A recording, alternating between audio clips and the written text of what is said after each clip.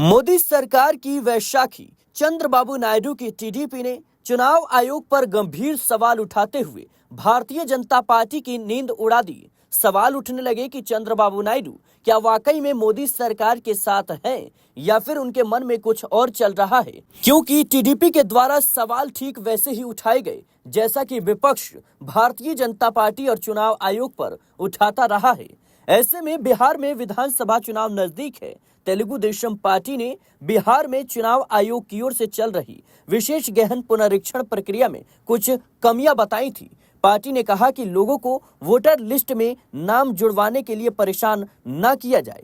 TDP के इस तेवर से सियासी हलचल तेज हो गई। सवाल उठने लगे कि क्या बिहार विधानसभा चुनाव में चंद्रबाबू नायडू भारतीय जनता पार्टी को समर्थन नहीं देंगे। इसी बीच चंद्रबाबू नायडू की टीडीपी की तरफ से बड़ा फैसला लिया गया है।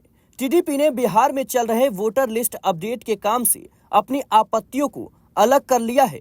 पार्टी ने कहा कि वह एनडीए गठबंधन का समर्थन करती है, लेकिन लोगों के हितों का भी ध्यान रखना जरूरी है।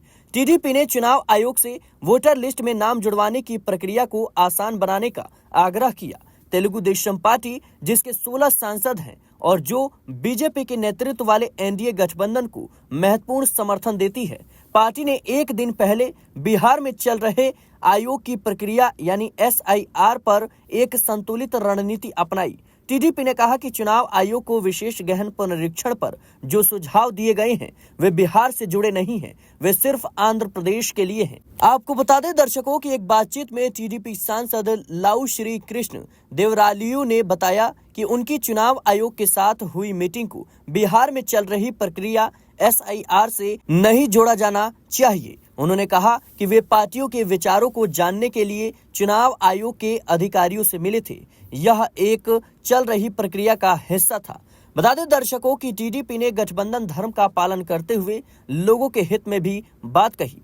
पार्टी ने कहा कि चुनाव आयोग अच्छा काम कर रही है, लेकिन वोटर सबसे महत्वपूर्ण है। वोटर लिस्ट में नाम जुड़वाने के लिए इधर उधर उन्हें भटकना नहीं चाहिए।